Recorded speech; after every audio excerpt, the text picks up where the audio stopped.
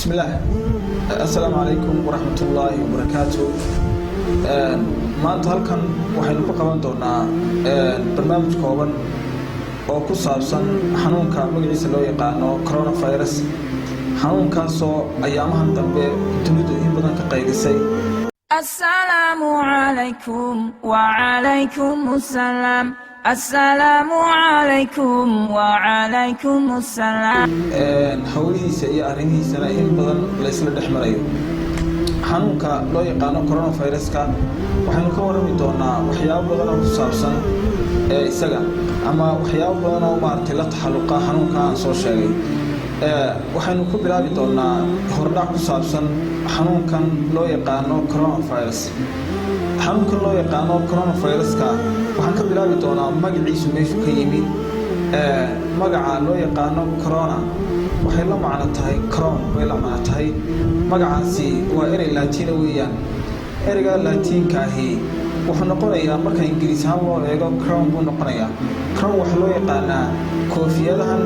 la xidho ama waxyaabahan madaxa la gashado ee dadkan boqorada iyo waxa loo xidho qaybaha yaryar ee dhuubana xigis sare ka taagan bay noqonaysaa. adigu markaas sababta loogu bixiyay corona ama crown-ka loogu magacaabay waxa weeye fayraskan xanuunka keena ama fayraskan loo yaqaano coronavirus-ka ayaa wuxuu leeyahay markaa meelo kasoo taagtaagan ama waxyaabo hareeraha uga baxsan markaasi oo aad moodo waxyaabahan dhuubana ee xagga sare ka taagan saan soo sheegay koofiyadaha ay dadka boqorada oo kale ay xidhaan. marka intaa ku dhaafo ereyga corona marka laga warramayo coronavirus-ka waxay inta badan loo soo gaabiyaa ama inta badan marka la qorayo baraha bulshada iyo meelaha waxa loo qoraa COVID-19. ereyga COVID-19 isagana haddaan soo qaato meesha uu ka yimi ama waxyaabaha loo soo gaabiyey COVID-19 wuxuu ka yimi koodo waxay ka timi corona FVIda ama fayduna waxay ka timi virus Diduna waxay ka timi disease. 2019 ama 2019 kan ama 19 kan meesha ku qoran ay dhahdeen 19 kaasina waxa laga wadaa sanadkii uu bilaabmay ama kiisaskii ugu horeeyay xanuunkan lagu arkay wadanka China. saadaradeed COVID-19 ku saasoo noqonaya. haddaynu eegno inta badan marka la qorayo waxa loo yaqaano COVID-19 ka waxa laga horeysiiyaa xarafka n ama xarafka ay dhahdeen na laga horeysiiyaa. nada marka laga horeysiinayo waxa lagu qoraa lower case ama waxa lagu qoraa iyadoo yar baa la qoraa markaasi. nadaas waxay u taagan tahay novel bay u taagan tahay marka novel COVID-19 bay noqonaysaa. novel coronavirus 19 ay noqonaysaa markaasi. saadaradeed marka laga warramayo xanuunkan waxa la yiraahdaa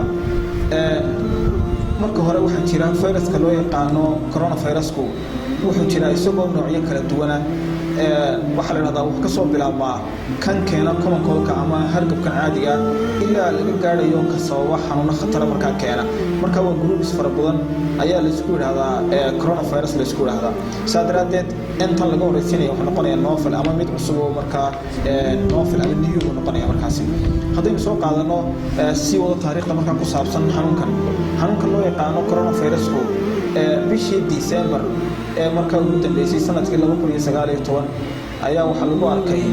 wadanka China lagu arkay magaalada loo yaqaano Wuhan baa lagu arkay kiiskii ugu horeeyay. xanuunkan oo kale waa xanuun aad u dhib badan marka la eego ahaantii oo faafitaankiisu aad u dhaqso badan yahay. waxa la yiraahdaa xanuunkani la tiim yahay ama uu la jaal yahay xanuunkii loo oran jiray marka xanuunkii China marka ka dilaacay sanadkii 2003 ka dilaacay ee loo oran jiray marka Severe Respiratory Syndrome loo yaqaanay ama loo yaqaanay SARS-ka loo yaqaanay. xanuunkaas oo marka la wadaaga astaamo badan ama marka qaar waxa la yiraahdaa waa isku mid oo la yiraahdaa markaasi. sidaa daraadeed xanuunkan waxa sababa ayaa la hore soo sheegay strain-ka ama nooca cusub marka ee viruska ee loo yaqaano COVID-19 ama new coronavirus disease-ka noqonaya ayaa marka sababa. xanuunkaas daynta kaga baxo hordhiciisa waxaan u geli doonaa xanuunkani sidoo ku faafitaanka marka laga warramayo waxa weeyaan sidoo qof intuu ka yimaado qof kale u gaara ama sidoo intuu walax ka yimaado qof marka uu gudbi kara xanuunkaasi. xanuunka marka laga warramayo waxa la yiraahdaa marka ugu horeysa xanuunkani asal ahaan waa xanuun ku dhaca habdhiska neefsiga habdhiska neefsiga hadduu ku dhacayo markaa habku ku gudbaya ugu badan waxa weeyaan hawo mareenka ayuu markaa raacaya markaa wuxuu ku gudbi karaa hawo ahaan ku gudbi karaa intiisa ugu badan waa sida waxa loo yaqaano hargabka oo kale ama common cold wax loo yaqaano kale wuxuu ku gudbaa common cold ama coronavirus wuxuu ku gudbaya markuu qof hindhiso ama markuu qof qufaco oo kale tusaale ahaan qufacaasoo kale waxaa la socda dhibco yaryar oo markaa qoyaana dhibcaha yaryar qoyaanka ayuu soo raacayaa wixii loo yaqaanay coronavirusku markuu soo raaco dhibcaha yaryar hadday qofkii kala gaadhaan sidaasuu qofkii u gudbeeyey macnaheedu noqonaysaa sidaa daraaddeed waxaa aada looga digaa qofka coronaviruska qaba in qofku ku dhowaado sida tusaale ahaan inuu habsiyo oo kale sidii laba qof oo family in badan kala maqnaa ama tusaale ahaan marka laga warramayo in qofku uu salaamo oo kale ama inuu si kale adugu qaab kaleba ha noqoto inuu qofkaasi qofkii xanuunka qabay markaa la xaqiijiyo inuu xanuunka qabo inuu qofkaasi u dhowaado sidoo kale marka laga warramayo waxaa la dhahdaa xanuunka fayraska keena xanuunkan inta badan wuxuu noolaan karaa baa la dhahdaa inta u dhaxaysa 30 bir ilaa 3 casho ayaa la dhahdaa sidaa daraaddeed maadaama intaa noolaan karo waxaa dhici karta oogooyinka walxaha ayaa dhici karta inuu bahalkaasi waqti badan saarnaan karo kadibna intuu qof taabto xanuunsanaya ama u gudbiyo deedna qofkii kale uu taabto saasoo kale markaa qofkii uu gudbo taa kudheeda way dhici kartaa waxaa la dhahaa weliba walxaha uu inta ugu badan ku noolaan karo ama waqtiga dheer uu dul saarnaan karo waxa weeyaan walxaha balastigiska ama walxaha markaa caaga ayaa ugu badan baa la dhahdaa sidaa daraaddeed wuxuu ku gudbi karaa haddaan soo koobo in qof markaa qof kale ku hindhiso ama ku qufaco markaasi maadaamuu joofkiisa ama jidhkiisa uu ku dhex jiro waxaa loo yaqaano coronavirusku kadibna dhibcaha yarara qufac ahaanta ku soo baxaya ama dhibcaha yarara qoyaanka markuu qofku hindhiso sankiisa ka soo baxaya ayuu ku gudbaya qof kale uu gudbayaa markaa ta ugu weyn ku gudba ama habka maaragtay ugu caansan ku gudba xanuunku waa habkaas weeyaan waa sababta markaa loo leeyahay qofku waa inuu qofka kale ka fogaado qofkan kalena waa inuu markasta gacmaha maydho inagoo u tegi doono siyaaba laga hortegi doono haddaynu soo qaadano waxaa jira wax loo yaqaano incubation period wax loo yaqaanaa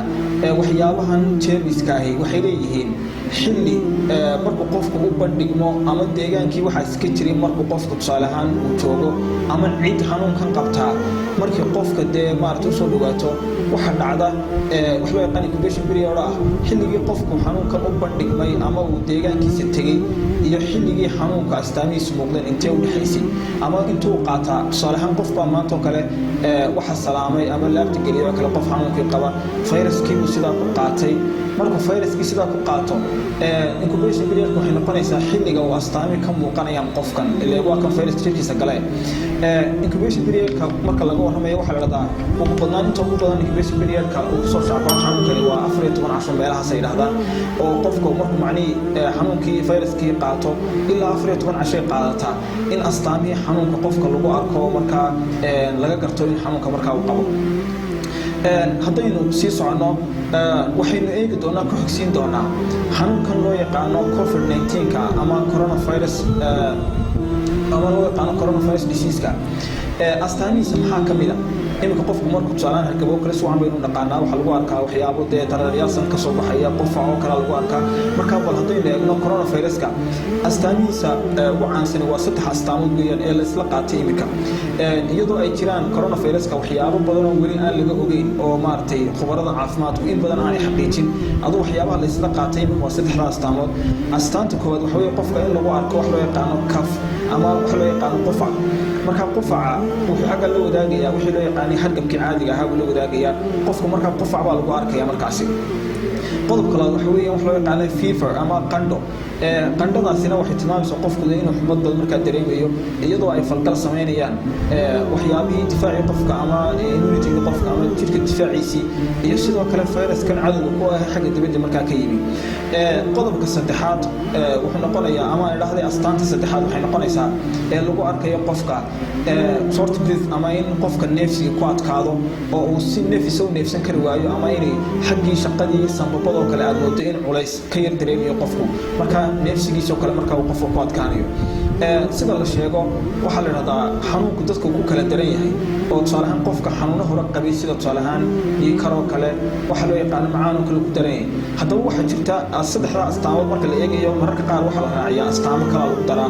astaamaha lagu daro waxa kamid ah oo dadka qaar ku dhacda in qofka laga dareemo daal fara badan daalku waxa weeye qofkaasi in tamarta oo kale maartay muddo tamartii ka yaraatay waxa kamid ah sidoo kale in rannos wax loo yaqaan ama sanka dareer ka soo baxayo kale iyo cunno xanuun iyo waxyaabo noocaas oo kale marka raaca laakiin saddexda ugu asaasisan marka laga warramayo xanuunkani waa saddexda astaamood marka ugu asaasisan markaasi waxaan soo qaadan doonaa xanuunkan loo yaqaano COVID-19 ama coronavirus-ku ma leeyahay dawo waxaan naqaanaa qofku markuu xanuunkii ku dhacay asiibee la hubsado inuu xanuunsanayo ama isaguba dee uu xaqiiqsado in xanuun hayo inuu markaa dee xagga dhinaca dawada u cararo xanuunkani dawo ma laha marka la eegayo coronavirus-ka ama COVID-19-kani wax dawo ah ma laha haba yaraatee sababtu waxa weeyaan oo xanuunkani dawo u yeelan waayey xanuunkan virus baa sababa viruska marka laga warramayana xanuun kastoo virus keena dawo ma laha markiisa horeba xanuunada dawada waxa weeyaan xanuunka uu keeno bacteria ama germska bacteria kuwaas keenaan laakiin germska virusku xanuunada keena dawo ma leh taa waxa kaaga markhaatiya qofku markuu hargab ku dhaco waa tan la odhanayo tusaale ahaan iska yara naso biyo fara badan cab laakiin dhakhtar u tagay waxaas meesha kuma jirto sidaa daraaddeed viruskan ama marka loo yaqaano COVID-19-ku isaguna sidoo sidaas la mid ah markaa wax dawaa ma laha oo waxaa istaan la wadaagayaa xanuunada loo yaqaano viral disease-ka oo markaa lagu daali maayo wax dawaa hadduu qofku tusaale ahaan xaalad aad u daran galo oo kale tusaale ahaan dee wax lagu yardejinaya xaalkiisa waa la siin karaa oo qofku xaalado u gaaro ku jiro laakiin haddana wax dawaa ah oo qorshaysan oo caadi loo siin karo qofka markaa meesha kuma jirto markaasi intaa markuu dhaafno wixii loo yaqaanay dawadiisa waxaynu geli doonaa xanuunkan loo yaqaano COVID-19-ka ama coronavirus-ka loo yaqaana dhimasho ma sababi karaa dad badan baa taa isweydiinaya waayo ummaddu waxay aad uga baqdaa inta badan inay dhimato ama qofku inta badan wuxuu aad uga warwaraa waxyaabaha dhimashada keenaya oo dadkeenu ama bulshooyinka marka la eego adduunka intooda badan waxaa laga yaabaa inay dhimashada dee xaaladda ugu daran u arkaan nolosha adduunka saa daraaddeed xanuunkan loo yaqaano coronavirus-ka marka la eego siyaabaha dunidu u buunbuurinayso marka la eego waxyaabaha laga sheegayo in badan oo ka mid a waxaad moodaa in siyaada ama buunbuurin badani ku jirto markaasi sidaa daraaddeed xanuunka coronavirus-ka waa loo dhintaa oo dad badan oo markaa uu asiibay way dhinteen waana laga yaabo qofku inuu dhiman karo laakiin sida loo buunbuurinaya dadku maaragtay uga cabsanayaan maaha oo taa waxa tusaale u ah daraasadii ugu dambeysay iyo tirakoobkii ugu dambeeyey aan idhaahdee markaa coronavirus-ku wuxuu marayaa 664,000 iyo 170 qof buu xanuunku asiibay waa 664,000 iyo 170 kiis ayaa lagu arkay dunida maanta oo markaa saacadii ugu dambeeyey intaasu marayay isagoo markasta boodaya soconayo inta aan joogin marka la eego haddaba 664,000 waxaa la yidhahdaa waxaa u dhintay marka la eego 30,882 qof baa u dhintay marka tusaale ahaan laysu qaybiyey ahaan loo bedelo waxay noqonaysaa 4.6% meelahaasay noqonaysaa wax aad u yar weeyaan boqolkii qofba waxaa dhimanaya haddaynu xitaa ku darnaba inta kale boqolkii qofba 5 qof meelahaasa dhimanaya weliba markii hore xaaladdu intaa way ka yareeday iminka wadamadan wadankan loo yaqaano talyaaniga iyo wadankan tusaale ahaan maraykanka ku dhiisa iyo Spain oo kale ayaad moodaa in xawaaruhu aad u yar kacay oo kor u yar kacay markaasi sababtana waxa weeyaan iyagoo taxadar badan markaa aan qaadan iminka haddaynu soo qaadano China oo kale wuxuu sameeyey taxadar aad u fara badan oo shuruucda sidii ahayd buu raacay waayo ma garanaysaa waa dowlad shuuci weeyaan oo amarka saa loo bixiyo dadku wada qaadanayaan talyaani oo kale laakiin waxaa dhacday in dadkii iyagoo amarkii la siiyey ay si wacan u adeeci waayaan kadibna xaaladdu ay markaa aad u xumaatay Iiraan ku dheedo sidaas oo kale marka saa loo eego waa loo dhiman karaa laakiin sida la moodayay markaa maaha inagu u tegi doono weliba dhimashada marka la eegayo dadka u dhimanaya waa dadka da'doodu 80 oo kale gaadhay meelahaas ama dadka da'da waaweyn sidoo kale dadkaasoo laga yaabo in xanuun hore markaa ay qabeen sida macaan oo kale iyo dhiig karo kale waxyaabo noocaas ay markaa u weheliyeen ama wadna xanuun oo kale saas oo kale haddaynu soo qaadano waxaynu ku xigsiinaynaa ma jiraan waxaa jira waxyaabo fara badan oo dadkeenu ay yidhaahdaan dawey ka tahay xanuunkan oo meelaha la isla dhex marayo iyo waxyaabo kale cuntooyin kale iyaguna dadkeenu aaminsan yihiin in xanuunkan laga qaado aan ku horeeya waxyaabo dadkeenu ay yidhaahdaan dawey ka tahay waxaa ka mid a qaar meelaha ka odhanaya liidhanaanta ka dawaa qaar odhanaya toonta ka dawaa qaar odhanaya sinjibiisha ka dawaa waxyaabahaas horta saddexdaa aynu sheegnayba xanuunada viral disease waxbay ka taraan karaan oo qofka hargabka qaba haddii liindhanaan la siiyo haddii toon la siiyo haddii sinjibiil la siiyo caafimaad iyo wanaag ay u siyaadiyeen mooyaan waxba ma yeelaan qofkaas haddaan dee xanuuno kale oo gaaraysa u qabin laakiin iminka wax xaqiiqa oo cilmi baadhis lagu xaqiijiyey oo dhaba oo odhanaysa markaa liindhanaantiyo toontii sinjibiisha ka dawaa markaa ma jirto taas waa taas qodobka labaad la odhanaysa barnaamijka labaad wuxuu odhanaya dadkeena qaar waxay aaminsan yihiin digaaga laga qaada xanuunkan qaar waxay odhanayaan beedka ama ukunta markaa sababta qaar waxay odhanayaan kalluunka sababa oo xataa waxaa arkaysa bulshooyinka dadka waaweyn qaar waxay aaminsan yihiin in kalluunka laga qaado bahalka gebiisaba saa daraadeed taasna wax la xaqiijiyey ma jirto ama cid markaa cilmi baadhis samaysoo xaqiijisa in laga qaado markaa ma jirto taasna markaa in meesha laga saaro weeyaan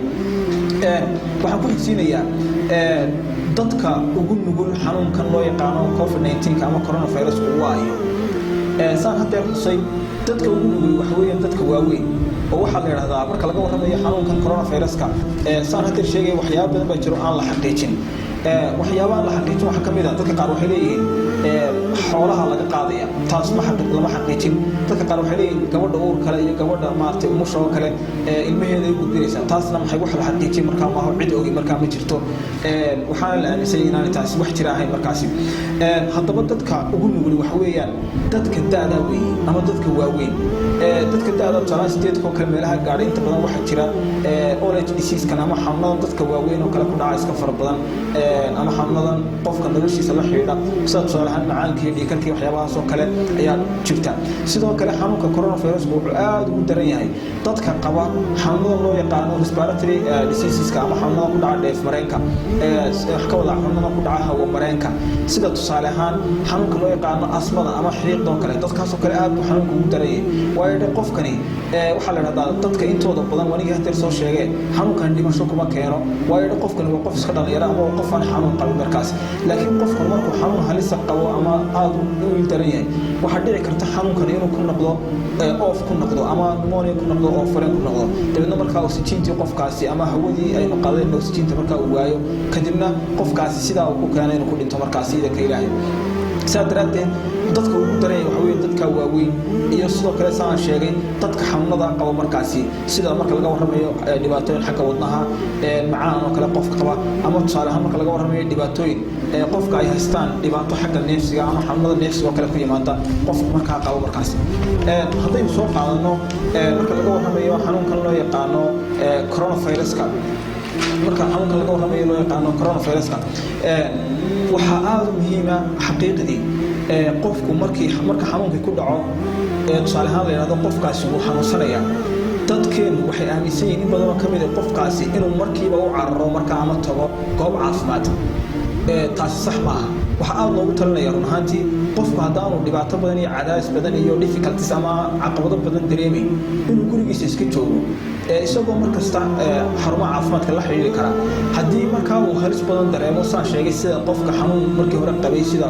tusaale ahaan wadna xanuun oo kale ama qof qabay xiiq oo kale qofkaasi dee waa halis oo waa la qaadaya dhakhtarka la geenaya oo hospitaalist baa lagu samaynaya ama qofkaa dee wuxuu noqonaya qof dhakhtarka la geenayo laakiin qof kastoo xanuunka qaba macnaheedu maaha in dhakhtarka la geenayo waa tan dee laleeyahay stay at home guriga iska joog markaasi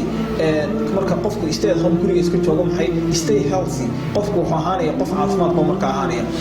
waxaan kusoo gabagabeynaynaa barnaamijkeena yara kooban waxaan kusoo gabagabeynayaa xanuunkan loo yaqaano coronavirus-ka